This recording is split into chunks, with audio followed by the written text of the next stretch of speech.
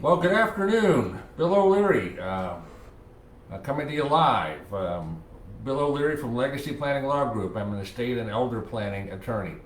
And I'm coming to you live as part of what we call our Thirsty Thursday series. Okay, so every Thursday at about this time, give or take, I'm going live and talking about a topic of interest, sort of about some of the things that I do in my law firm. So if you're thirsting for knowledge, you come to the right place. Today's topic is kind of an interesting one.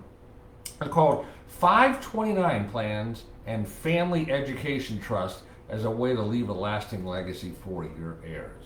So, look, providing for the educational needs of your children, maybe grandchildren, even future generations is a great estate planning objective. What a way to leave a lasting legacy. But what are your options for achieving this goal?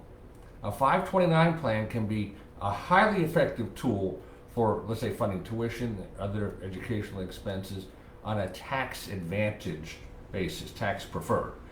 But after your death, there's no guarantee that subsequent plan owners of the 529 plan are going to continue to fulfill your original vision. So an alternative strategy is to create a what's called a family education trust that will invest in one or more 529 plans. So just a sort of a quick overview of 529 plans.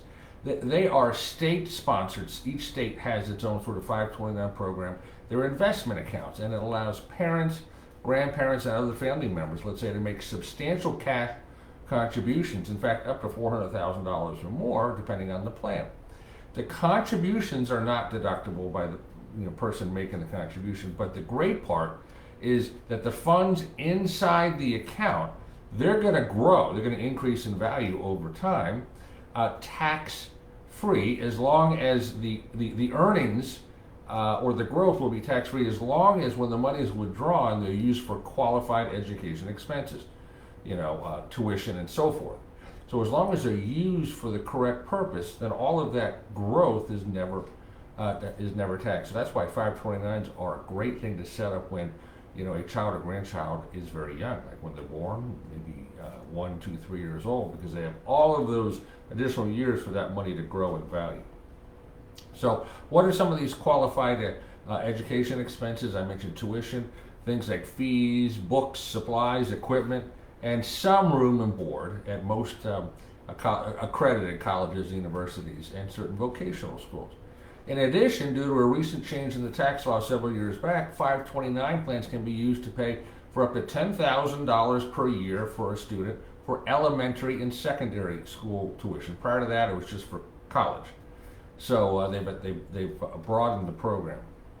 Now, 529 plans, it offers the account owner, whoever opens and owns the account, a great deal of flexibility. For example, depending on the terms of the particular 529 plan that you're involved with, the owners have control over the timing of the distributions for the benefit of the child or the grandchild, and they can change beneficiaries, let's say, from one family member to another. They can roll the funds over into another state's 529 plan tax-free, maybe if that other state has better investment options and so forth, although you can only do that rollover once per year. It's even possible to recover funds that won't be used for education expenses, although you'll have to pay taxes and probably a 10% penalty. In addition to the risk that a subsequent owner of the plan or the account will use the funds for something other than educational expenses, disadvantages of 529 plans include they have more narrow, more limited investment choices, and there's not the ability to invest those assets other than cash. Now, how do you sort of interrelate the 529 with this family education trust? Well, you can establish a family education trust to hold one or more 529 plans. That could be the owner of the account. And this provides several benefits. First, it permits you to maintain that tax-preferred, tax-advantaged education funds indefinitely to benefit future generations, and it keeps the funds out of the hands of those who would use them for other purposes, number one. Number two, it allows you to establish guidelines on which family members are eligible for education assistance and how the funds are going to be used or distributed in the event they're no longer needed, let's say for educational purposes. You can appoint trustees. Since it's a trust, you can appoint trustees and successor trustees to manage and oversee that trust. And then it can also, the trust can also accept contributions into it that are not cash, non-cash contributions, maybe real property, stocks, that sort of thing. And it can hold a variety of investments and assets outside of 529 plans, so it's quite flexible. For example, the trustee might invest money in like a private equity fund, a hedge fund, maybe life insurance or some other alternative investments if they determine that the increased revenues would outweigh the tax cost. But that would be a judgment that could be made at that time by the trustee consulting with professional advisors. So a family education trust can use funds held outside of 529 plans for purposes other than paying education as well, maybe paying medical expenses or non-qualified living expenses.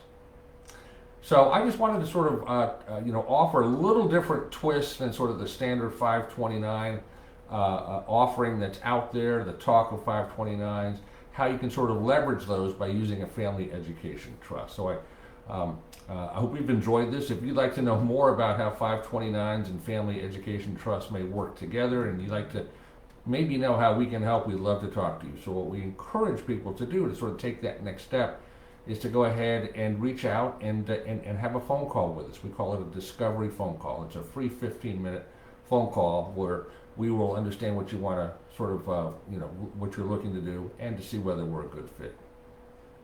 Again, that call is complimentary. You can book it through the Book Now button on the Facebook page or just Google us, Legacy Planning Law Group. If you've enjoyed this video, I'd ask that you like it, better yet share it with your friends, just trying to get the word out. So I hope you've enjoyed this talk about 529 plans and family education trust as a way to leave a lasting legacy for your heirs. As I said at the beginning, I'm going to give another talk, another live talk next Thursday at about this time. So if you're thirsty for knowledge, you've come to the right place. So on behalf of everybody here at my firm, Legacy Planning Law Group, what we call Team Legacy, I want to go ahead and tell you to go make it a great day, and better yet, make it a better world.